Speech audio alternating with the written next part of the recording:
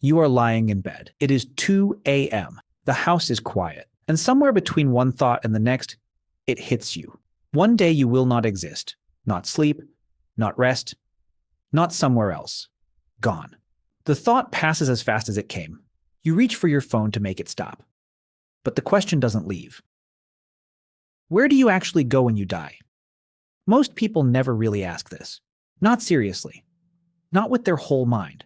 But the real answer is far stranger than heaven or nothing, and it starts 300,000 years ago in a cave with a body that should not have been buried at all.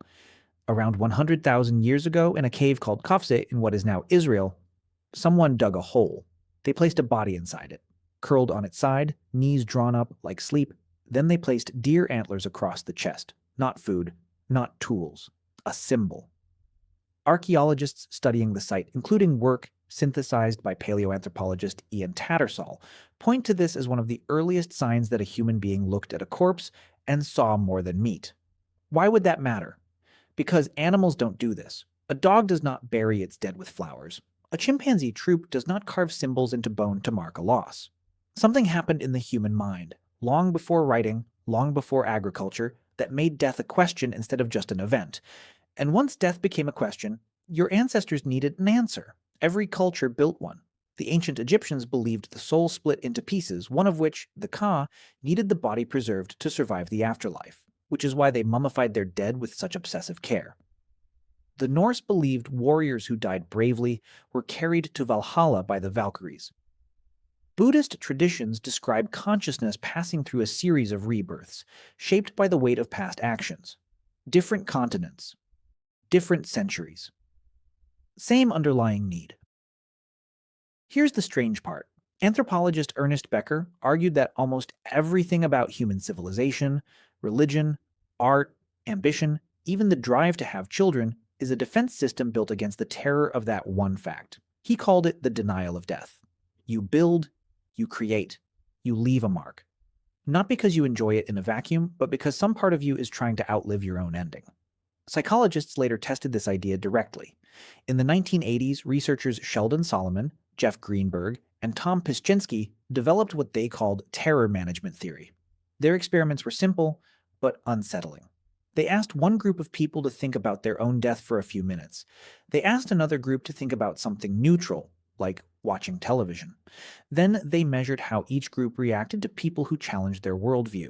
The results were consistent. People who had just thought about dying became more defensive of their own culture, their own beliefs, their own group. Judges in one study, primed to think about death, gave harsher sentences to moral offenders.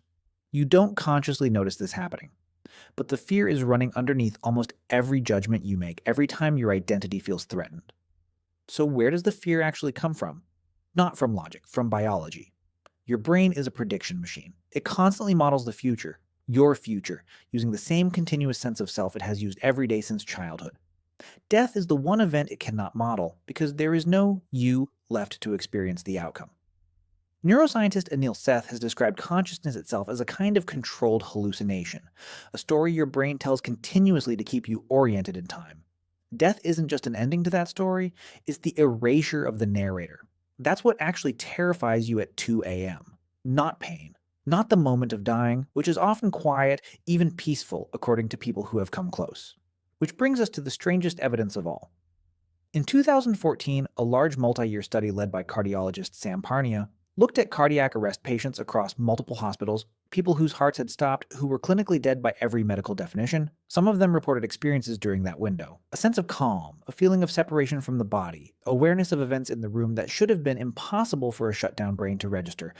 Parnia doesn't claim this proves an afterlife. What he does argue is that the boundary between life and death is far blurrier than we assume. A process, not a light switch. Your brain doesn't necessarily go dark the instant your heart stops. There may be a final surge of activity, a last flood of neural signaling in the minutes after. So what actually happens to you, physically? Your cells stop receiving oxygen. Within minutes, brain activity fades. Within hours, the body begins releasing its own enzymes, breaking itself down from the inside, a process scientists call autolysis. Within days, the bacteria that lived peacefully inside your gut your entire life begin consuming you as food. Nothing wasted. Nothing evil about it, just biology, finishing its loop. And here's the reframe. That process is not separate from life. It is the same one. The carbon in your body was forged inside a star that died billions of years before Earth existed. The calcium in your bones was made the same way. When you die, that material doesn't vanish. It returns into soil, into plants, into the next thing that grows. Ecologist and forester studies on decomposition describe a single human body as capable of supporting an entirely new web of insect and microbial life within weeks. You are, quite literally, built from the deaths of stars and destined to become food for something else's beginning. Is that comforting? It depends on what you were expecting. Most people want the question, where do you go, answered with a place. Heaven. Reincarnation? Nothing. But maybe the honest answer is closer to a direction than a location. You don't go somewhere. You go into something, back into the same physical and chemical system that built you in the first place. That's not a small thing. Stars died so calcium could exist. Calcium became bone. Bone became you for a while for this one specific arrangement of matter that can look up at the night sky and ask where it goes. And when that arrangement ends, the matter itself keeps going, just not as you anymore. Does that erase the fear? Probably not entirely. Terror management theory suggests you'll never fully escape it because the fear is doing a job. It's the thing pushing you to build, to connect, to matter to somebody while you're here. The Neanderthals who buried their dead with flowers weren't naive. They were doing the same thing you're doing right now. Trying to answer the unanswerable using the only tools available. Ritual, story, meaning.